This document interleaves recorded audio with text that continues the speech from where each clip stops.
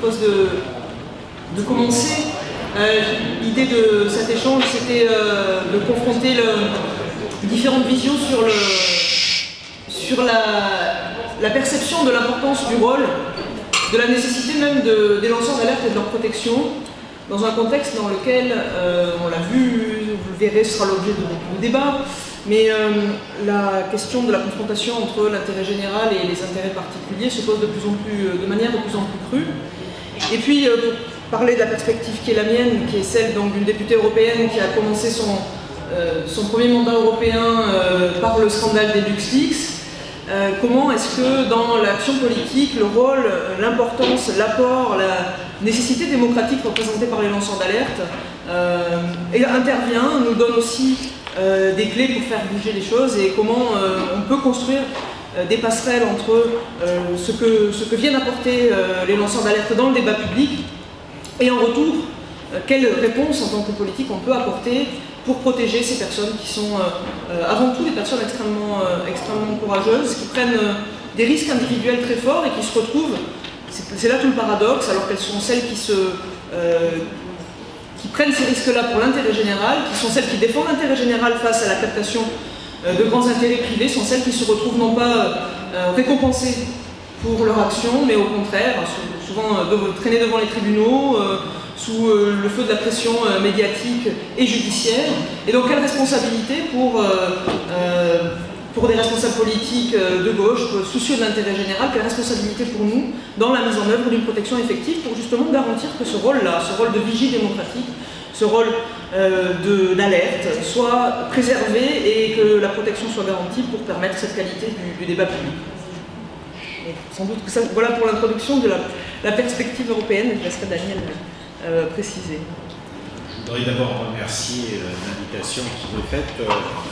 Donc peut-être en quelques mots pourquoi un salon des livres et de l'alerte. C'est parce que tout simplement quand on dit des livres et l'alerte, c'est effectivement l'outil, l'objet, livre, mais c'est également délivrer l'alerte pour la transmettre. Et quand on dit un petit peu plus fort, c'est délivrer l'alerte et on pense à des Snowden et des Assange. Et donc tout l'enjeu de ce salon, c'est de passer de l'alerte à la lettre, parce que le livre est finalement aussi un outil de protection de l'alerte et du lanceur d'alerte.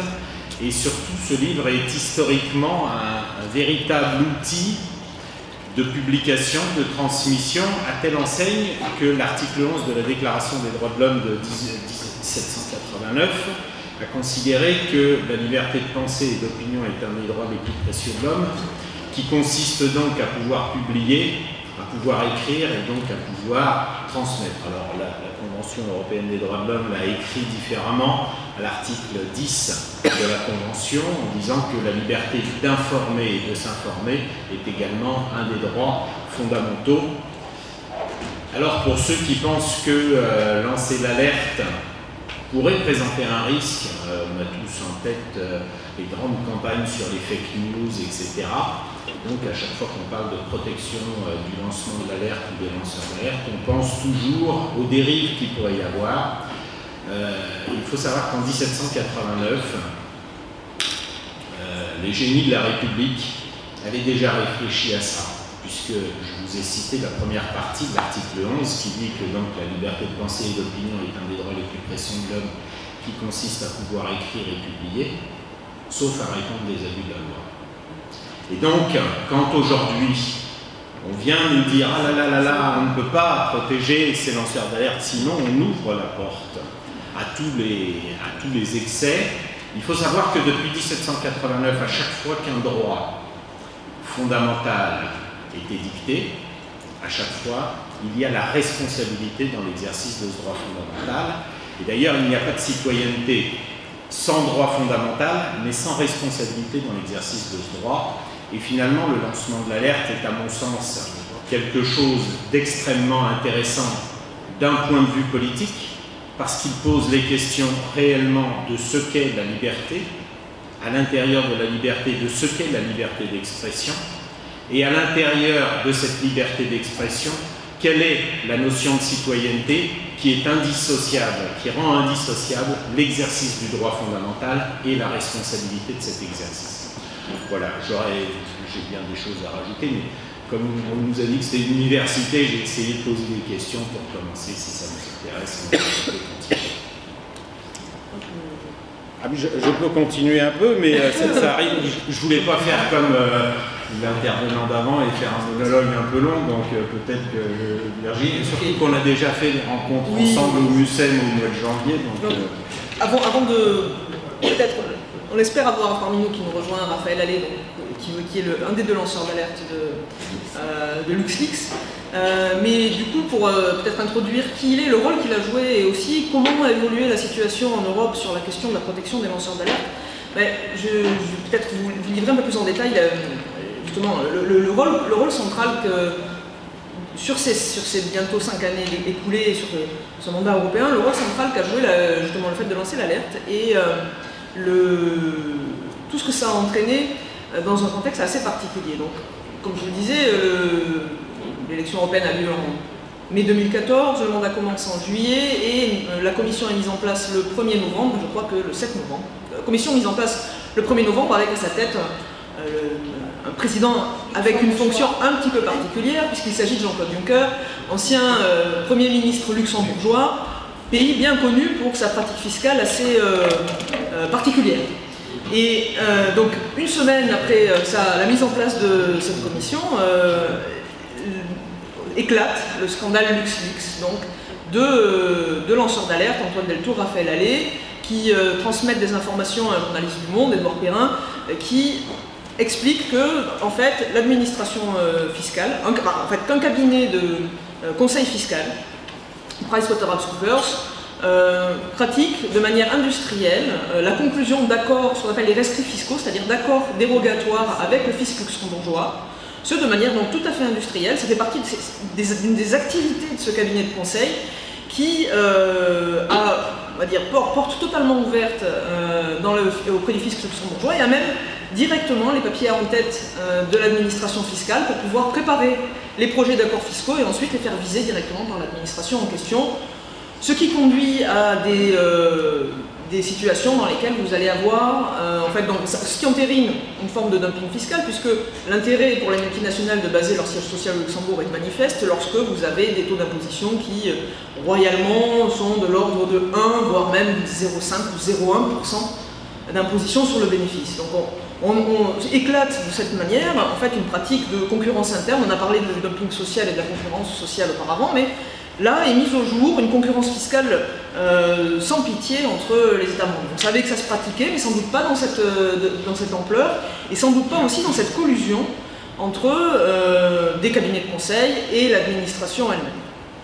Et donc, les deux personnes qui révèlent ces informations se retrouvent assez vite dans des déboires judiciaires sur lesquels on reviendra, mais dans le même temps, il y a un certain émoi qui se crée au Parlement européen, dans l'opinion publique, auprès les ONG s'en saisissent. Le débat public se nourrit de ces révélations, qui mettent au jour des choses, comme je le disais, dont on savait à peu près qu'elles existaient, mais là ça devient incontestable et tangible.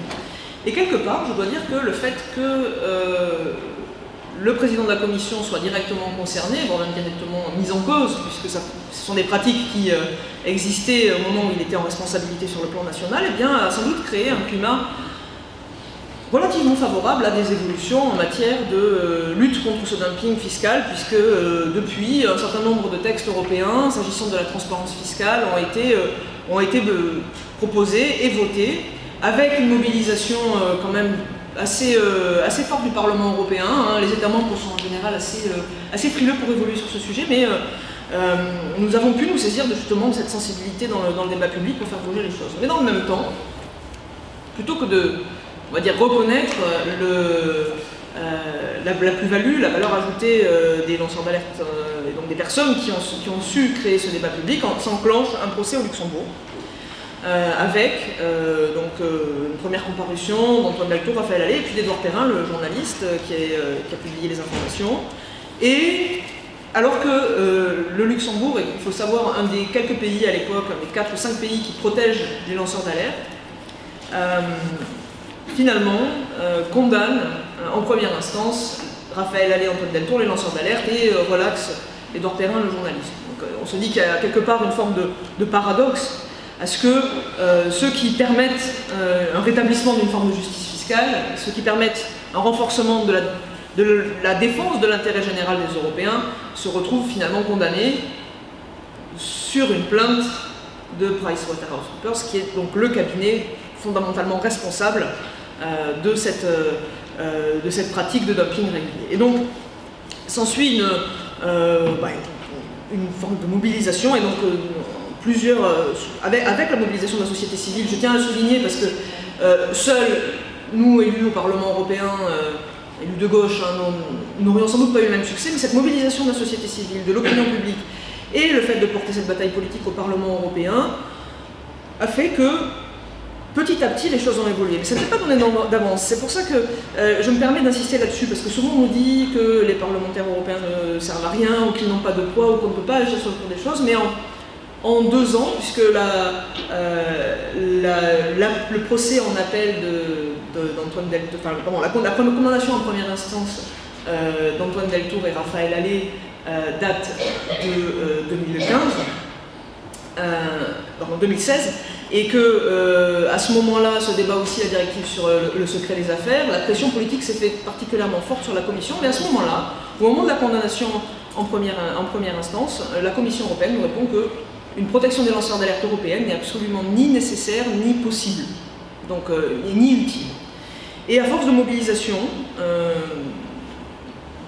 d'écho donné aussi par des événements, la mobilisation de la visibilité sur cette question des lanceurs d'alerte, les choses ont petit à petit évolué, et depuis maintenant le printemps, nous avons finalement convaincu la Commission européenne de faire une proposition législative, et nous sommes actuellement en train de débattre, et sauf que je suis rapporteur sur cette proposition, un texte, une directive pour installer une protection des lanceurs d'alerte sur le plan européen. Alors, cette directive, on pourra discuter de la manière dont elle fonctionne, des présupposés qui sont sous-jacents. C'est vrai qu'on y voit toujours une grande réticence, mais comme ça a été le cas dans les débats sur la loi Sapin 2 en France, en 2016 également, c'est une grande réticence à la révélation, et au caractère public de la révélation. Il y a oui, mais il faut que les lanceurs d'alerte puissent signaler, mais il faut préserver les signalements internes, il faut éviter de faire du tort à la réputation de l'entreprise. Enfin bon, on sait quand même que dans les cas les plus graves en général, ça n'est pas par du signalement interne à l'entreprise que vous allez y parvenir, ni même parfois dans des signalements à l'administration. Si on prend le cas des LuxLeaks, je pense que le cabinet d'expertise fiscale ou l'administration fiscale n'aurait pas été particulièrement diligente si c'était à elle qu'on s'était adressé. Et donc qu'on a besoin aussi de protéger dans le cadre de révélations publiques, et c'est bien tout l'enjeu de la bataille qui est en train de se dérouler aujourd'hui autour du texte de cette directive. Peut-être, oui, pour refixer peut-être un petit peu les idées, et peut-être pour élargir le champ, parce que quand on parle du lancement d'alerte, on pense souvent aux salariés, ce qui est très fréquemment le cas. Je voudrais juste rappeler quelques noms. Raymond Avrier, qui dénonce la corruption à Grenoble sur tous les marchés de l'eau. Lanceur d'alerte absolument nécessaire. C'est lui également qui, vous ne le savez peut-être pas, mais qui a obtenu que les comptes de Nicolas Sarkozy soient retoqués, et donc qu'il soit condamné à rembourser 11 millions d'euros comme simple citoyen, simplement en faisant jouer la transparence et en faisant jouer l'accès aux documents administratifs. Et donc il a demandé les comptes de campagne, il a demandé les dépenses en référendum, etc., en sondage, pardon.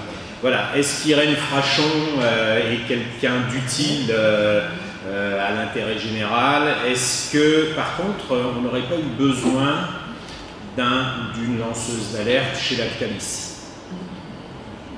Est-ce qu'on n'aurait pas eu besoin chez UBS un peu plus tôt, mais on en a eu, là encore, de lanceurs d'alerte?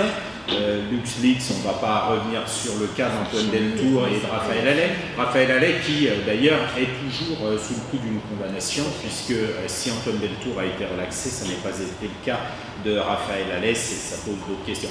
Et une autre question, n'y aurait-il pas eu besoin d'un policier lanceur d'alerte le 1er mai pour expliquer que l'Élysée était en train de violer un principe fondamental de la République, qui est l'article 12 de la Déclaration des droits de l'homme? Je vous le lis parce que dans cette affaire Benalla-Kras, si vous voulez, il y a quelques petites choses qu'on a un peu oubliées. La garantie des droits de l'homme et du citoyen nécessite une force publique. Cette force est donc utile et instituée pour l'avantage de tous et non pour l'utilité particulière de ceux auxquels elle est confiée. Vous voyez, c'est intéressant quand même. 1789, ce sont des génies. Pelou, Patrick Pelou. Voilà, hein, les cadavres dans les frigos de Rungis. Tout ça parce qu'il y a une canicule. Claire Louvian sur la pêche au fond et sur la pêche électrique. Vous voyez que le lancement de l'alerte n'est pas simplement du ressort de la sphère professionnelle, mais il est également du ressort de l'action citoyenne et de la responsabilité citoyenne. Et donc, si j'ai cité ces exemples, c'est parce que, comme vous disiez tout à l'heure, voilà, en général, on considère, et en fait, c'est ce qui est sous-jacent dans tous les textes de protection des lanceurs d'alerte, on considère que lancer l'alerte présente un risque pour la société civile, les politiques qui envoient leurs sbires quand ils sont à l'Élysée sous les ordres de donner des ordres à la police, etc. Alors que j'ai entendu une rubrique là-dessus à la radio. Peut-on envisager qu'un membre de l'Élysée arrive dans un hôpital et qu'on lui confie le bistouri? Vous voyez, soit le métier de policier est un métier, auquel cas on ne leur confie pas la matraque ni les armes à feu. Vous voyez, soit sinon on leur confie les bistouris dans les hôpitaux. Donc, enfin, si vous voulez, c'est un parallèle, je sais que comparaison n'est pas raison, mais il y a quand même quelques moments où ça pose question. Alors, sur ces... En fait, je vous dis, vous verrez, on a un programme de rencontres à ce salon qui se déroulera à Paris, où on accueille Christiane Taubira, on accueille Patrick Pelou, tout à l'heure j'en ai parlé, Marie-Georges Buffet, Serge Portelli, enfin tout un tas de personnalités, Irène Frachon, Antoine Deltour. Je vous invite à prendre la documentation en bas. Et en fait, on a une table ronde sur la protection. Et nous avons décidé de ne pas l'appeler protection des lanceurs d'alerte, mais protection du lancement de l'alerte. Et après en avoir discuté avec Francis Château-Renaud, qui sera également là, qui est l'inventeur de la formule lanceur d'alerte, après en avoir discuté avec Serge Portelli et bien d'autres magistrats, si vous voulez, la problématique qui se pose, je pourrais l'illustrer comme ça, et après je vous redonne la parole parce que je vous à la salle. Voyez-vous, il y a des féministes, peut-être même dans cette salle, mais il y a des féministes qui réclament l'égalité des droits des femmes, notamment en matière salariale. Faut-il légiférer pour protéger le droit des femmes en matière d'égalité? La réponse, ma réponse, c'est non. Parce que l'égalité est dans la devise républicaine. Il est intéressant d'ailleurs de voir que le Conseil constitutionnel a dû rappeler à un préfet, à un procureur de la République, à des juges en première instance et en appel, que la solidarité faisait partie quand même du principe de fraternité et donc de la devise républicaine. Et l'égalité, homme-femme, l'absence de discrimination sur le sexe fait partie de notre fondement républicain. Et bien de la même manière, il me semble que protéger des lanceuses ou des lanceurs d'alerte ne peut que restreindre l'exercice du droit fondamental qui est la liberté de communiquer des informations, sauf à répondre des abus de la loi. Et vous voyez que, pour nous en tous les cas, et c'est un petit peu le sens de notre réflexion, c'est qu'il nous semble important, avant toute chose, de défendre le droit fondamental de pouvoir communiquer des informations, pour autant qu'elles soient vraies, bien évidemment. Mais la loi l'a déjà prévu, et le principe fondamental l'a déjà prévu. Donc, je terminerai peut-être sur une chose sur la protection des lanceurs d'alerte, parce que, clairement, à chaque fois, on a des outils qui disent, bon, alors vous avez une alerte, vous avez un référent dans l'entreprise ou à l'extérieur de l'entreprise, ne vous inquiétez pas, tout ça est anonyme. Sur l'anonymisation des discussions entre une personne et une autre, nous aurons d'ailleurs une table ronde au salon sur la surveillance de masse, n'y croyez pas. En dehors de ce que vous écrivez avec un stylo sur un bout de papier, tout le reste, les photocopieurs gardent la mémoire de toutes les photocopies que vous faites, etc. etc. Donc, ne me fait pas trop de soucis. D'ailleurs, Raphaël Allais, Antoine Deltour et bien d'autres dans la demi-seconde où on a su que des documents étaient sortis, ils ont su qui s'était connecté, à quelle heure, combien de temps ils avaient fait, qu'est-ce qu'ils avaient téléchargé comme document, etc. etc. Donc l'anonymisation, on n'y croit pas trop. Mais surtout, le problème qui se pose pour moi, et je reviens toujours à cette histoire de responsabilité, c'est qu'à partir du moment où, pour protéger un lanceur d'alerte, parce qu'on considère que ça pourrait présenter un risque, on lui demande de reporter, de donner l'information à un tiers expert, aussi indépendant soit-il, ça pose un problème. Pour moi, c'est que on lui demande de se déresponsabiliser de sa liberté de communiquer une information. Mais il n'y a pas d'exercice du droit fondamental sans la responsabilité de l'exercice de ce droit, sinon on perd la notion de citoyenneté.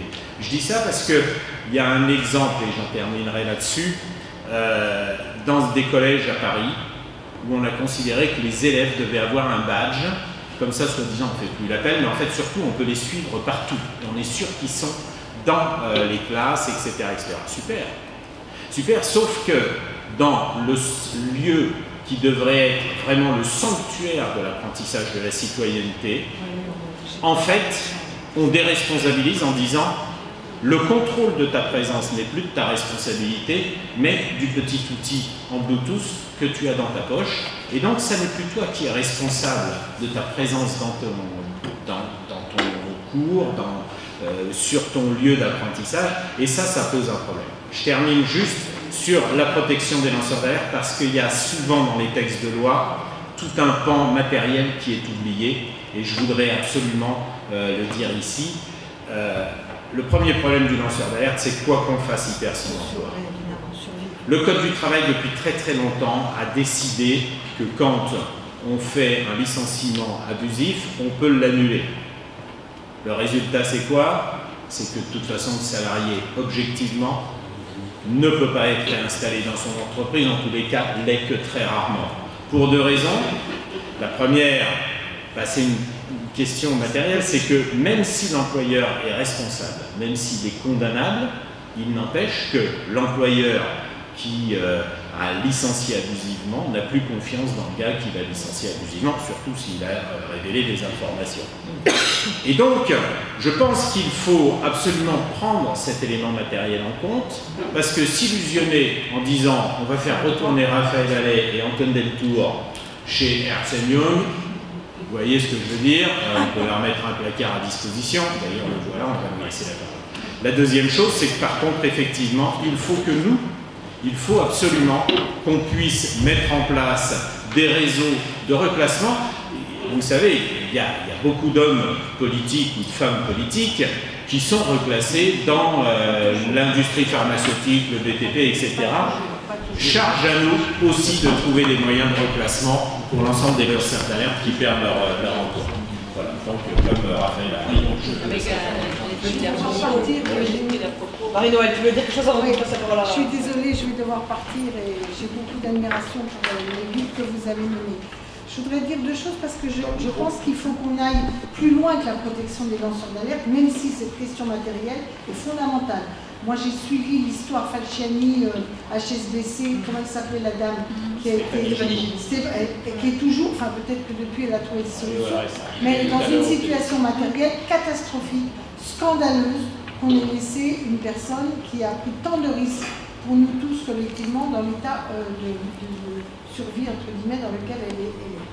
Mais je voudrais rebondir parce que je crois que ce que vous dites, parce que c'est trop facile d'une certaine façon. Déjà, il faut protéger, c'est sûr. Mais c'est trop facile de se dire qu'on attend que des lanceurs d'alerte puissent agir ou qu'on va protéger, entre guillemets, les héros qui auront le courage d'affronter cette exigence d'alerte qui devrait être générale.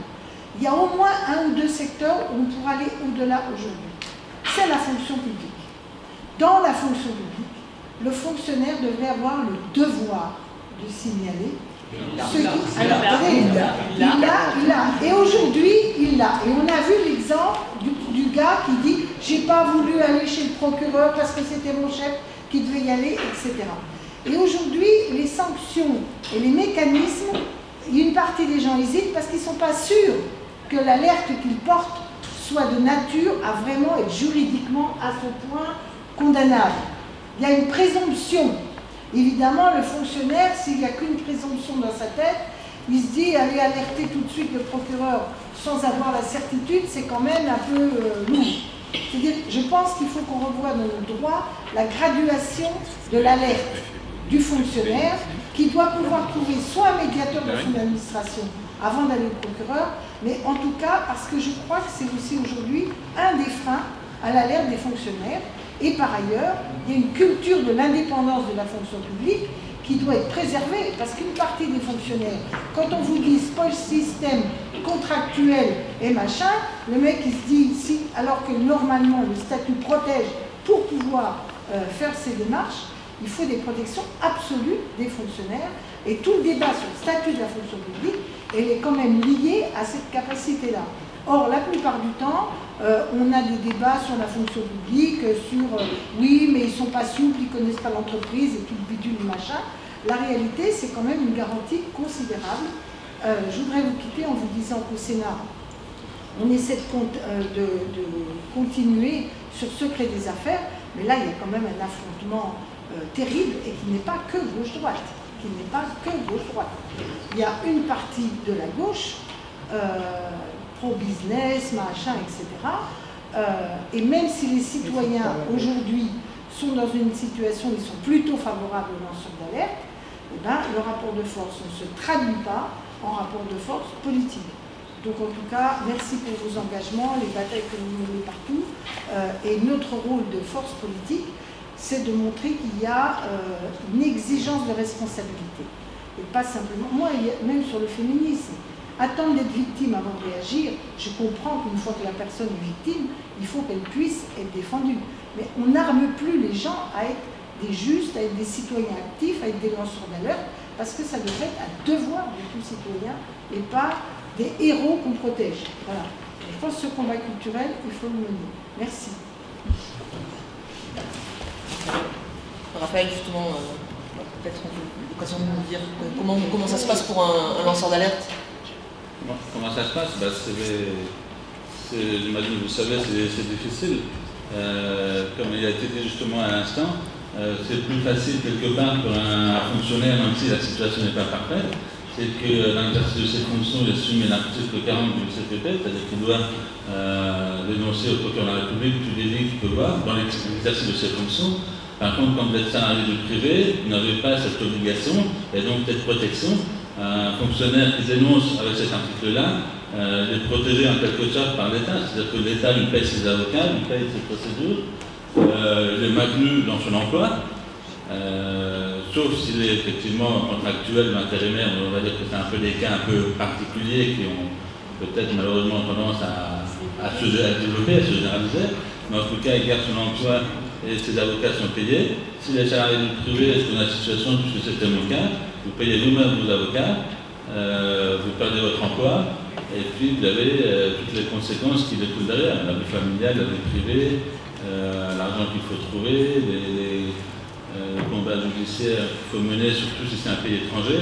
Vous avez parlé tout à l'heure du BS, c'est en Suisse. Mon cas, PVC, c'est au Luxembourg. D'autres cas, comme Snowden, c'est aux États-Unis, mais c'est aussi lié avec la Russie, puisqu'il a exilé là-bas, etc. Donc à chaque fois, c'est des combats un peu transfrontaliers, rarement nationaux, purement nationaux. Même si c'est qu'un combat national, je pense à Céline Martinelli ou à Céline Lucier, c'est aussi un peu lié aux lois européennes, vous êtes mieux placé que moi pour le savoir. C'est-à-dire que les lois nationales protègent, mais peu ou mal. Et le seul recours, c'est le niveau de conseil fiscal pour les grosses entreprises, pour les multinationales. Coca-Cola, McDo, Ikea, etc. Et quand on pense conseil fiscal, c'est pas simplement se conformer aux lois et remplir les déclarations fiscales comme nous, citoyens, on fait chaque année. C'est aussi aller le plus loin possible dans les lois, dans les règlements, dans les conventions fiscales internationales pour que notre client paye le moins d'impôts possible. Donc c'est pour ça que certains parlent d'optimisation fiscale, c'est-à-dire on respecte toutes les lois, mais on les a tellement bien combinées les unes avec les autres, on a tellement joué sur les détails, sur la virgule, qu'au final, l'entreprise, notre client arrive à payer 0,1% d'impôt, par exemple. Au lieu de 26, le taux, par exemple, qui a été annoncé récemment au Luxembourg, le taux des sociétés au Luxembourg, c'est 26%. quand c'est le taux normal. Les grosses entreprises qui sont au Luxembourg arrivent à payer 1% d'impôt, donc en jouant avec ces lois.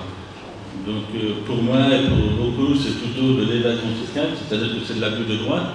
Si moi, citoyen, je cherche à contourner au maximum le code général des impôts pour ne pas payer ma taxe foncière ou habitation, autant le fisc va me tomber dessus en disant non, vous avez été trop loin, vous avez fait des montages beaucoup trop compliqués, etc. Elle va me redresser. Là, Luxembourg, c'est ce qui n'a pas été fait jusqu'à ce que je lance l'alerte avec Antoine Deltour, un autre lanceur d'alerte, où on a dit, en gros, ce genre de combines sont validées par l'administration fiscale luxembourgeoise. C'est au-delà des lois, c'est au-delà de la ligne rouge. Du coup, c'est ce qu'on a dénoncé, et puis évidemment, après, c'est un peu le parcours typique du lanceur d'alerte, c'est tribunal, plainte, procès, les avocats à payer. Dans mon cas, le procès se passe au Luxembourg, comme l'employeur est luxembourgeois. Un Français qui est au Luxembourg, qui dénonce ce que fait Luxembourg, dans un tribunal luxembourgeois, ça passe mal. Je n'ai pas hésité à leur dire qu'ils étaient un peu, et notamment le bureau du fisc où ça se passait était un peu trou noir de la finance, parce que c'est là où se signaient ces accords entre clients et l'administration fiscale luxembourgeoise. Le résultat, c'est qu'après 3 procès, j'étais en cour de cassation au Luxembourg, et là, je suis en train de voir pour aller à la Cour européenne des droits de l'homme. Puis la dernière étape judiciaire possible. Et est-ce que vous pouvez en dire un peu plus aussi, parce que je crois que vous avez du mal à partir avec la police française, pas uniquement avec la justice luxembourgeoise, et aujourd'hui, quelle est votre situation en fait personnelle? La situation personnelle, c'est qu'il faut continuer à payer les avocats, parce que le combat a coûté très cher. Les avocats, c'est des centaines d'heures de travail, j'ai dit, c'est 3 procès. Du coup, nous, on a très peu d'argent. Tout l'argent qui vient, qui nous permet de payer ça, c'est grâce aux dons sur notre site internet, sur luxix.fr. Et c'est le seul moyen qu'on a pour continuer à mener le combat jusqu'au bout, parce qu'on pense qu'il vaut la peine d'être mené jusqu'au bout. Jusqu'ici, c'était toujours des procès, un combat au Luxembourg dans un paradis fiscal contre lui. Donc on joue à l'extérieur avec le public, on va dire, contre nous. L'arbitre est aussi contre nous, il ne faut pas se leurrer. Et je pense que dès le départ, le seul moyen d'avoir un terrain un peu plus neutre, c'est d'aller à la Cour européenne des droits de l'homme, parce que là, ça se passe à Strasbourg. Cette fois-ci, on juge le Luxembourg. Donc c'est un peu le Luxembourg qui est attaqué et qui doit répondre de cet acte devant la justice européenne. C'est plus la même chose. Vous savez, quand vous êtes au Parlement, le Luxembourg au Parlement européen n'est qu'un 1 sur 27. Luxembourg, il est tout seul, il fait ce qu'il veut. S'il ne veut pas respecter les lois européennes, malheureusement, il peut le faire. Et puis, pour répondre à votre autre question,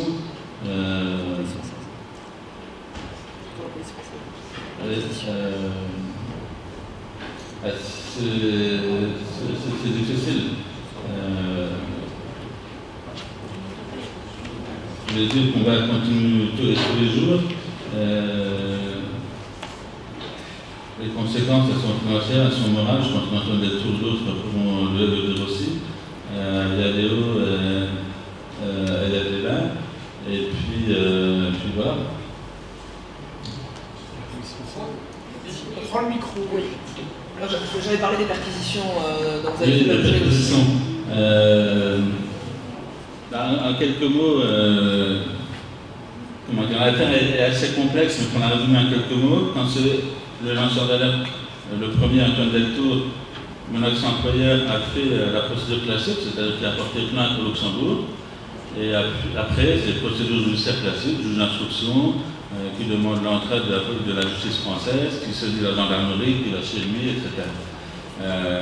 Par contre, pour moi, PwC, comme je suis arrivé après, PwC s'est dit on ne va pas la jouer pareil. Parce qu'à Antoine Deltour, ça a pris 3 ans.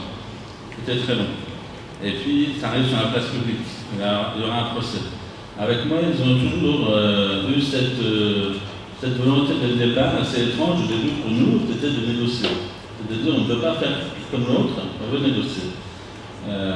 Du coup, ils ont trouvé une stratégie un peu bancale, c'est-à-dire qu'ils se sont dit on va aller saisir la justice française, tribunal de grande instance à Metz, et on va dire à la juge qu'on veut simplement saisir son ordinateur et son matériel informatique. Un peu comme si c'est un salarié qui avait piqué des brevets ou piqué des CD-ROM dans son entreprise et son patron pense qu'avec des secrets de fabrication, il y a des logiciels importants dessus. Du coup, la juge française a pris c'était un huissier des gendarmes pour qu'ils viennent prendre mon ordinateur chez moi. C'est comme ça que je me suis retrouvé avec une perquisition civile entre guillemets à la maison, avec traces qui étaient chez moi, des gendarmes, l'huissier, un expert informatique, etc. Et c'est un peu particulier parce que à ce moment-là, PDC dit toujours on veut négocier, on ne veut pas porter plainte contre toi. Moi je ne comprenais pas, au contraire, de les inciter en quelque sorte à porter plainte. Je l'ai plusieurs fois, porter plainte, on se retrouve au commissariat à la gendarmerie et puis on aura une procédure classique et pas. Comme vous me dites, là, on fait une perquisition et en même temps, vous me dites, on est dans un rapport employé-employeur, on va négocier, mais on va négocier quoi, mais si vous avez quelque chose contre moi à porter plainte, je prends un avocat, je me défends, et puis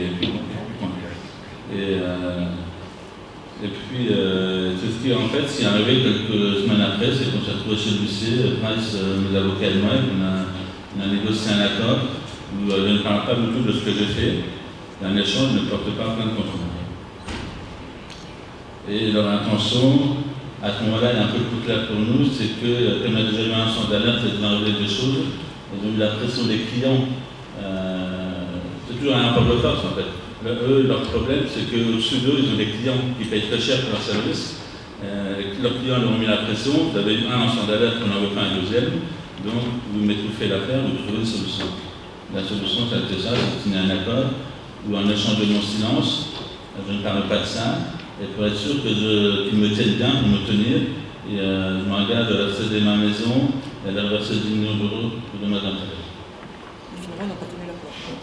Et finalement, on s'est retrouvé au procès, enfin un jeu de péripéties, on s'est retrouvé au procès 3 ou 4 mois après, et l'accord a été rendu public par le journaliste à l'origine de tout ça, Edouard Pellin, qui a fait le reportage sur cette évasion fiscale, dans le cadre de l'investigation. Et c'est l'avocat qui a rendu public l'accord, donc quelque part il m'a un peu sauvé parce que l'accord a été rendu public, mais pas par moi, par une tierce partie, ce qui fait que l'accord tombe. Juste peut-être pour, non pas compléter, parce que vous connaissez l'affaire bien sûr bien mieux, mais pour s'interroger quand même sur cette présidente du tribunal qui a osé signer une autorisation de saisie des ordinateurs de Raphaël Allais. Je vous engage tous à regarder sur YouTube, c'est disponible, le reportage qu'il y a eu sur l'affaire de Raphaël Allais. En fait, le problème, c'est qu'elle n'avait pas le droit de signer ça. Elle n'avait pas le droit parce que ce qui était recherché, c'était la correspondance entre Raphaël Allais et le journaliste, et que donc elle a violé le secret des sources. Elle a violé le code, et notamment la loi de 1881, et tout ce qui est sur le dossier le secret des sources. Et donc, cette saisie est parfaitement illégale, elle reconnaît elle-même d'ailleurs dans ce reportage, et c'est vraiment important parce que là, il y a véritablement une difficulté. C'est-à-dire qu'on se retrouve avec une présidente de tribunal de grande instance en France qui est capable elle-même de méconnaître la principale des dispositions, qui est celle du secret des sources des journalistes. Et donc qui, en vertu de cette méconnaissance de ce principe de droit fondamental, va autoriser une saisie à laquelle, bien sûr, Raphaël Allais ne peut pas s'opposer puisqu'elle est encadrée par la police, mais c'est véritablement... si vous voulez, on voit bien que dans toutes ces affaires, à chaque fois qu'il y a des dérapages, on a une personne qui est chargée, qui a le pouvoir et l'autorité publique, qui dysfonctionne quelque part. Tout à l'heure, je parlais de l'affaire Benalla et Kras. Je rappelle toujours le nom de Vincent Kras, qui lui n'est même pas à l'Élysée, se promène avec un flingue et un brassard police le 1er mai. Et procède lui aussi à des interpellations. Pourquoi est-ce que je dis ça? C'est parce que la police devait intervenir, devait interdire ces intrusions de personnes qui n'ont pas qualité de policier. Et vous voyez bien que les services publics et la responsabilité des agents chargés de services publics est absolument essentielle pour la préservation des droits de chacun. En l'occurrence, là ça a dérapé, mais je vous le dis parce que c'est sorti tout à l'heure, ArcelorMittal va être poursuivi pour des rejets dans l'environnement, c'est sorti tout tout à l'heure, le procureur, après 4 mois de retard, a finalement donné ça, mais en disant que finalement c'est pas classique, que c'est pas si grave, que c'est donc des méconnaissances sur l'environnement. Enfin, on verra ce qu'on fait derrière. Et donc Karim Ben Ali, qui lui aussi a une difficulté importante à retrouver l'emploi parce qu'il a publié des vidéos sur ces rejets qui étaient énormément interdits, eh bien, on s'aperçoit que là encore, si vous voulez, vous avez eu des prélèvements ordonnés par le procureur de la République, mais sans qu'il y ait des témoins, notamment sans que soit présent Karim Ben Ali pour dire « oui, c'est bien là que j'ai versé ». Donc on ne sait pas où ont eu lieu ces prélèvements. Vous voyez? Et aujourd'hui, on vous dit, ah ben non, mais on a regardé les prélèvements, on les a fait étudier, on n'a rien trouvé de ce que vous nous aviez dit. Mais personne ne sait où ils ont été faits. Donc, vous voyez qu'à chaque fois, il est vraiment nécessaire d'avoir une liberté de communication des informations et surtout une transparence de l'information qui, je le rappelle, est accessible à tous les citoyens au titre de la loi sur l'accès aux documents administratifs. C'est vraiment quelque chose d'important et qu'il faut absolument utiliser. Peut-être passer la parole à la salle s'il y a des questions. Oui, mais juste savoir, la présidente du TGI qui a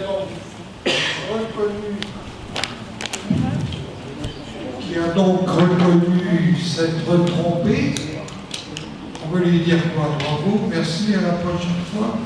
Et justement, la présidente du TGI, comme le dit Daniel, dans un reportage qui est envoyé spécial, qui est disponible sur YouTube, sur notre site internet, sur l'Oxys.fr, elle a une phrase qui est assez hallucinante, qui est de dire, elle a une interview avec le journaliste, avec Benoît Manger, qui lui dit, mais est-ce que vous avez autorisé la recherche des sources d'un journaliste? Non, si, c'est dans cette ordonnance-là, elle lui montre le document. Et elle lui dit, oui, effectivement, j'ai mis la phrase là, j'ai signé ça. Et lui lui pose la question, est-ce que vous pensez que c'est légal? La réponse, c'est légal, mais par rapport à quoi? Par rapport au code pénal. Elle est présidente de TGI. Ah oui, c'est vrai, elle bafouille un peu, et puis je ne veux pas tout dévoiler, mais en gros, elle dit, si c'était à refaire, je ne le referais pas, je bafouerais la phrase. Donc il n'y a pas eu de... Le souci, c'est que quand l'interview est finie, la caméra continue de tourner, tout le monde est en train de... une petite émission à minuit, qu'elle a fait une grosse boulette, que c'était à faire le prépa, que le procureur de la République à Metz, au TGI, est intervenu à faire un mémoire qui est extrêmement rare parce que c'est du civil et en gros ça n'intéresse quasiment jamais. Il a fait un mémoire dans l'autre sens en disant oui, il devrait pas y avoir cette phrase de l'atteinte, c'est une atteinte au secret des sources, la loi de 1981 comme on disait. Et lui inexplicablement conclut dans le sens de sa collègue. Du coup, il a fait appel. Je pense que ça va se jouer par des semaines dans les mois qui viennent. Comme le disait Daniel, c'est un dysfonctionnement, il y a un dérapage, et personne, je ne vais pas trop m'avancer, mais on a l'impression que personne derrière ne veut trop rattraper le coup, et alors que l'erreur est humaine, c'est des centaines d'ordonnances par semaine, normalement, je suis d'accord avec vous, on devrait tous les lire de A à Z, mais on peut toujours faire une faute au travail, ça arrive, mais il faut savoir reconnaître sa faute, et puis qu'un collègue ou un supérieur corrige. Et puis voilà. Mais est-ce qu'il y a d'autres questions, demande de parole dans la salle? J'ai pas une question, j'ai juste une petite intervention. On dit très souvent que les députés européens ne servent pas à grand chose. Ouais. C'est assez injuste, mais sur le sujet spécifique des lanceurs d'alerte et de la protection des lanceurs d'alerte, vous pouvez être sûr que Virginie Rosière, qui est là, a mené un travail inlassable, méthodique, elle continue à le faire, et franchement, ça mérite un coup de chapeau. C'est l'université de rentrée de la gauche rassemblée. Je peux vous dire que là, on a une députée européenne de gauche, convaincue, qui met des combats utiles et en plus, ça avance. Donc bravo à elle et merci d'être là.